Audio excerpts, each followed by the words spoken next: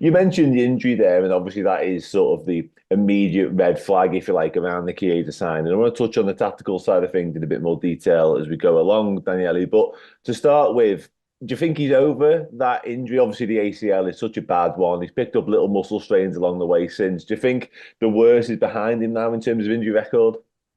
If you look at the numbers and the minutes that he played last season, 2023, 2024, you would argue that yes, the injury is behind him because last year Chiesa has played 2,500 minutes for Juventus, as many as in the previous two seasons combined. He scored 10 goals, gave 3 assists, play for Spalletti in the bad Euros that all the Italian side had, and he wasn't a stand-up player. So in terms of a physical recovery, you would say, well, he's there, he has made the recovery. Has to be said that he's been always a little bit fragile because even before he had that terrible injury in February 2022.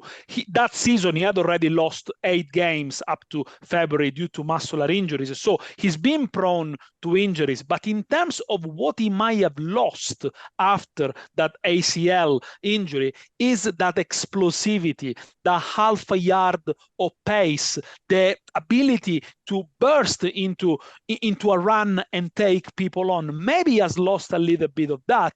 And some argue he might have lost a bit of confidence in his ability. Although, as we're going to touch also on the tactical side of it, probably in the last 12 months, he's not been used in his best position. And clearly his performance showed that, and he's been affected by that. No, absolutely. We'll pick up on that then if we can, Daniele, at that point, because I've got here best position because a lot of Liverpool fans are looking at just how versatile he appears to be. He plays left, right, and a little bit central, almost as a second striker. What do you think is his best position? And does he have one, I guess, as well? Can he be this versatile player that can play across the front line? Or is there somewhere where you go, oh, you get the best out of him there?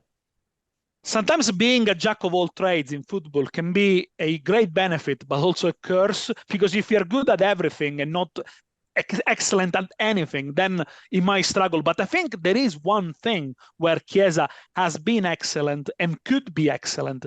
If he plays as in wide areas, so as a out-and-out winger, a classic winger on a 4-3-3, as wide as possible, almost hugging the touchline. That's where he's played the best. He's a very vertical player that is naturally driven towards the byline or towards goal. And he uses the dribbles and taking people on to get there as quickly as possible. Chiesa is not a natural finisher, and the numbers underlines that. He scored 32 goals in 131 games for Juventus. Bearing in mind, he plays for one of the best Italian sides, and he's played a lot of minutes for them. So the numbers don't support the fact that he should play as a second striker. But when is being managed by Max Allegri, he was often deployed as a second striker next to Vlahovic, especially last season, because Allegri believed Chiesa was a striker or even a centre forward. And once Allegri said he could and should score 15 goals per season. But we saw last season with Vlahovic, he didn't fit very well because he ended up being in the middle of the pitch, next to the halfway line, doing a lot of things, and his chaotic nature emerged. So he ended up doing a lot of things badly with no end product. So we can't expect him to score goals to finish, but what we can expect is for him to give assists, to run at fullbacks. His best season at Juventus was the first one with Pirlo after they signed him. 15 goals, 11 assists in 46 games. He played on both left and right. So if he plays on the right, he comes inside. And in that season, he was very useful to balance Ronaldo's movement, who was more static in the middle of the attack. And I believe that's what we've seen his best. I mean, if you remember in Euros 2021, played on the left, played on the right, took fullbacks on, scored a beautiful goal against Spain, taking the fullback on, and that's his best position. But in a 3-5-2 under Allegri, there was no space for a winger. No, absolutely. Yeah, I think you're right. In that wide forward area certainly looks to be where he does his best work. You mentioned a couple of them along the way already, but I'll get you to sort of hone down on what his key strengths are, would you say? And while you're doing that, if you don't mind, do you think his game has changed since the injury? Or is it just a tactical thing? Or has he had to adapt the way he plays because maybe he has lost that little bit of confidence, a little bit of sharpness, which would be expected given the severity of the injury? He has lost that, I think, a little bit, the burst of pace. We have seen it less often. But I think it's all down to the tactical shape, but also the mental and emotional status of Chiesa. He's been heavily criticized after returning to Juventus. Juventus have been heavily criticized. He's been under the spotlight a lot. Juventus have never been able to reach the highs they wanted, and they put a lot of faith in Chiesa as well as in other players. But the fact that they haven't met the expectation, I think, has been a burden for him and for the manager. So the feeling is now that if he finds a new challenge, a breath of fresh air, either in Italy or abroad, there is still a much valuable player there. I think the price tag for what is being offered is ridiculously low. We're looking at 12 million pounds, 20 million euros.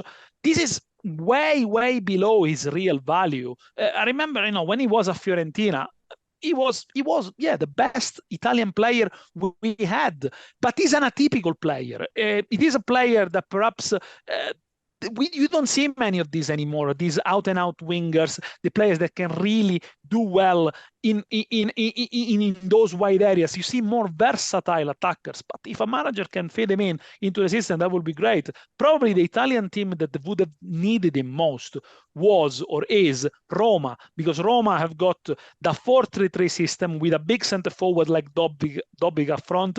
And then they got the problem, they got two left-footed players, Sule and Dybala, playing in behind him. Whereas if they had Chiesa, as they thought about, they could have somebody playing either on the left or on the right, giving cross and giving a little bit more of directness to break down that horizontal build of play. So I think again, there are many ways he can be used, but you need to fit the system around him. He's been very generous in the last seasons. Chiesa, he fitted around Allegri style. He wanted to be in the Juventus team and accepted it to play as a number 10, as a second striker. Clearly didn't work. So obviously there is a will for him to sacrifice. He's not a stubborn player, but at the end of the day, you need to make the most out of him to get the best out of one of the greatest talents in Italy. And at the moment, we're not blessed with a lot of attacking talents, I must say, but one of the best talents we've seen in the last 5 or 6 years. No, absolutely. I think you're right. He's definitely of that ilk. He's of that quality to be spoken about in that breath. And it's interesting to make the point there, like about the valuation and the potential fee. I think you're right. I think it would have been double and probably upwards if all was right in terms of what he's worth and what this will cost. But circumstances dictate the value is what the value is. I want to touch on weaknesses if we can, and I want to talk about something in particular because I've seen a couple of people mention, and you've alluded to it a couple of times already, the fact he sacrificed himself for the tactics a little bit last season in the system. Do you think that is a weak area of his, taking on tactical instruction? Do you think he is this almost free spirit who wants to play with a freedom because he's so attack-minded, or do you think he does sort of take on instructions and he is able to do a job for the team as well? But he has matured a lot, since he joined Juventus. Perhaps that was the profile, more of a selfish player when he used to play at Fiorentina. But in the years and in many formations he's been deployed, he has played pretty much everywhere, just for the sake of playing, just for the sake of being on the pitch. It is a player that has matured. Initially, in his first years in Serie A, he developed a reputation for going down very easily. So he was envisaged by some supporters, of course, of opposing teams where he played for. So he had some issues with some crowds that were booing him, that were criticizing him, but he has matured in that sense as well. Having been given an important role in the national team definitely helped him. He understood he cannot just go down at every single touch, doesn't protest too much with referees or no more than any other players would do. So I think, we are looking at a player that now is 27, in his maturity, still in his peak, and he has showed a lot of adaptability. He's gone through a difficult period, as I said, at Juventus. Juventus have changed 2 managers since he arrived, and the return of Allegri has never been easy for him. But nonetheless, the player are stuck with it. And last season started the season really well. And then when wheels came off a little bit at Juventus, certainly he wasn't the savior, but I wouldn't put him down as one of the worst players they had. I think the performance were very much in line with an underwhelming season at Juventus, but for the team in general. No, absolutely, yeah. And also, honestly, obviously he's getting, he looks like he's going to be moving on, whether it be to Liverpool, potentially Barcelona. Who knows what happens in these final 72 hours of the window at time of recording. But do you think he will go away with a bit of a point to prove to Juventus that he is still capable of performing at the very highest level?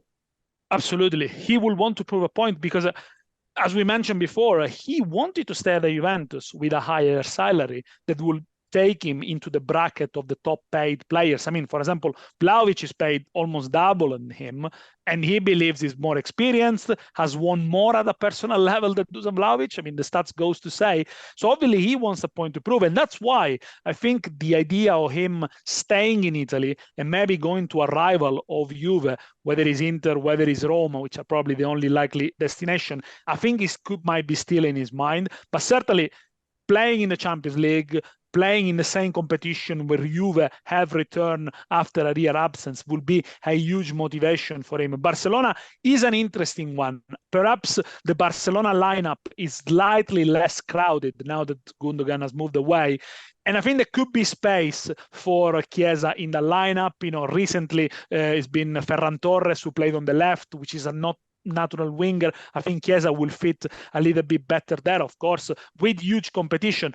With Liverpool, the big question is where do you fit him? Where do you play him in such a crowded, talented lineup? He risks to make a big career move because I think after you move to Liverpool, everything else is a step down. You don't get higher clubs than Liverpool or in England, really. They are all at the same level, or Liverpool is one of the highest, and we know that. So it is a risky move. If he doesn't work, he could do a Balotelli, which we will not want to, but it could be a very similar scenario to what you experienced a few years ago.